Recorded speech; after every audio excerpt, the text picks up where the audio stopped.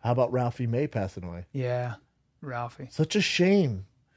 Ralphie was a delicate man. He was a really sweet guy, and a huge fan of comedy, and a huge fan of his colleagues and people. Yeah, like and what's funny, not funny at all. That was a bad use of words, but Jay texted me and goes, "Man, how about Ralphie May?" And Jay remembers him because when we were doing the Austin Comedy Festival, the Moon Tower Festival.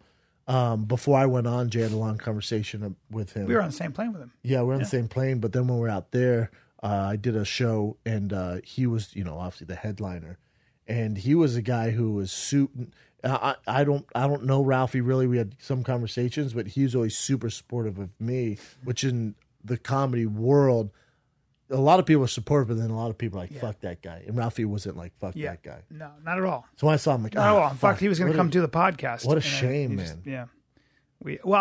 I hate to say this, and I don't mean it in any way, but I knew this was coming. It was only getting Unfortunately, worse. Everyone that knows him really well, it was just only getting worse. All the people I went, man, fucking, how about Ralphie? And people are like, man, kind of saw this one coming. Yeah, everybody saw it coming.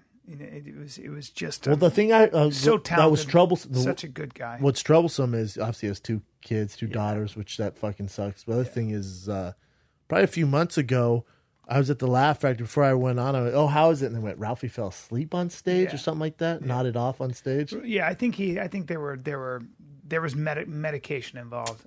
He was a guy who was such a always shame, dealing with that problem too. Such a shame. Yeah, man. But left behind a lot of great comedy, and everybody liked him, and he was always really nice to everybody. Yeah, I never heard a bad thing about the guy. He was so encouraging to everybody. He was just a really beautiful guy, and and Mark Maron just released his podcast he did with Ralphie May, like I think from 2012. It's pretty cool to listen to. Yeah. He just came to LA, he won Last Comic Stand, I think in 2010. It's pretty cool to listen to. I remember Ralphie though doing I think it was Dublin's probably 12 years ago.